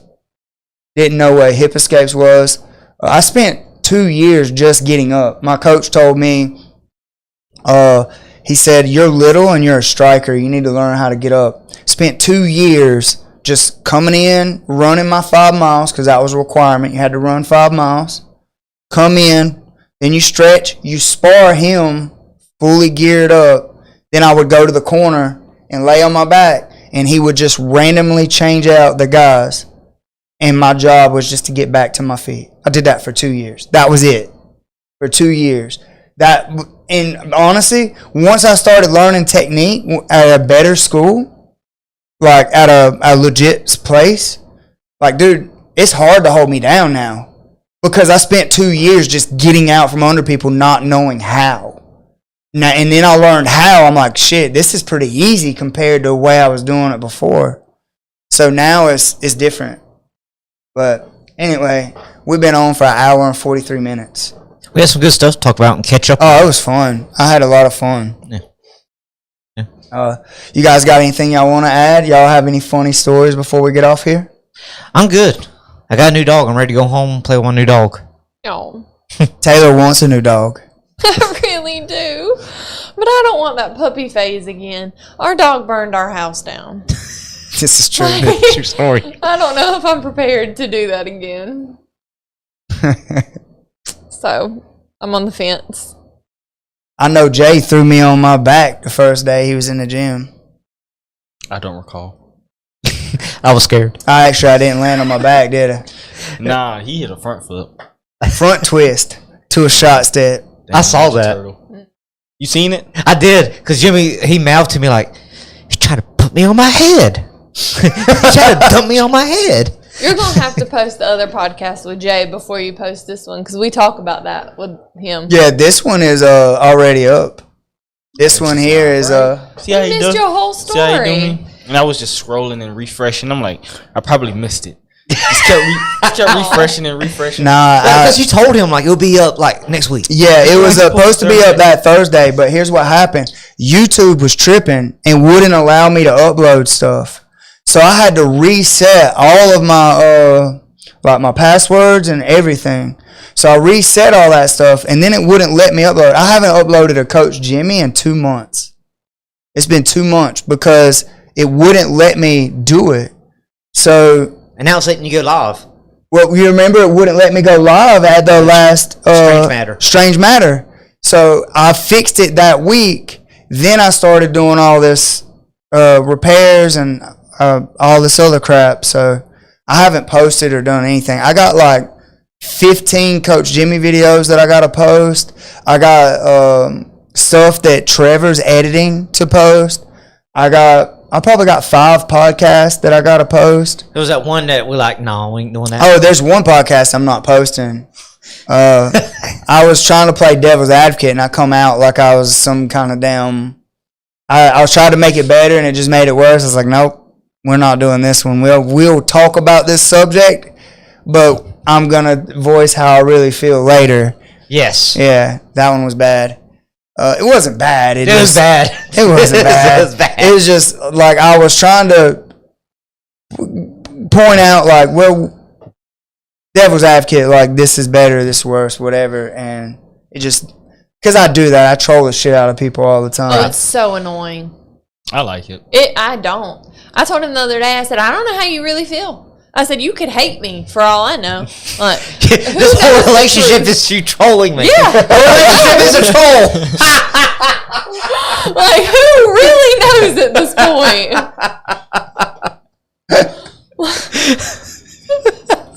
I like it. I like just trolling people and like just the belief on their face. They like, Dude, he's had me I don't like know. straight up crying because I'll sit down and I'm like, these are my dreams, like this is what I want, and he will go like complete opposite on me. Like he legitimately told me one day that if we had a kid, he didn't want it if it was a girl. He said I wouldn't love it. I'd want to get rid of see, her. that's some me. That's No, and I was legitimately crying because I was like, yeah. See, that I'm was never just- having a kid with him because I said if it's a girl, I'm gonna be depressed. I'm never having a kid with him. I would have milked the situation. I seen you cry. I would have kept going. That's why I walked Just a away. little bit. I would have I kept going left. just a little bit. I would have laughed so you know I was playing. I had a meltdown. I was like, you know what? I don't even want to talk to you. I was like, I'm not doing any of this shit with you. I'm done. We're getting ready to close, Mom. If we're not going, I gotta use the restroom. No, we're done. We're done. Guys, that's Tech Talk. Thank y'all so much for tuning in. We're going to try to go live every single time. It will be from Tech Talk, not Coach Jimmy. I'm going to move this one over. The rest of them will be live. We're going to try to continue to do that. And then we also have Tech Talk clips. You guys need to follow that. Trevor is starting to break down the best stories of our podcast and just clipping them so that we can make little shorts and stuff like that, because I just want to give you guys an opportunity to see without having to watch all of it, the clips, and then decide whether or not it's a topic you want to watch. So that's Tech Talk. Like, subscribe, hit the bell. This particular one was shot on Coach Jimmy. Like, subscribe, hit that bell too, because I get into depth with jiu-jitsu moves. I talk about culture in the gym and how to make it better, how to make your gyms better, and how to support your gyms and things like that. I do a lot of stuff like that on there. I absolutely love doing all this stuff. This is my hobby here. So if you guys want to support us and by giving us a like, thumbs up, subscribe, and all that stuff, it helps me out. And as always, let us know if you want us to talk about something or if you got any questions. That's Jay, Bam, Taylor, and I'm Coach Jimmy. Man, you guys have a good night. Peace. All right, man. Yeah. No.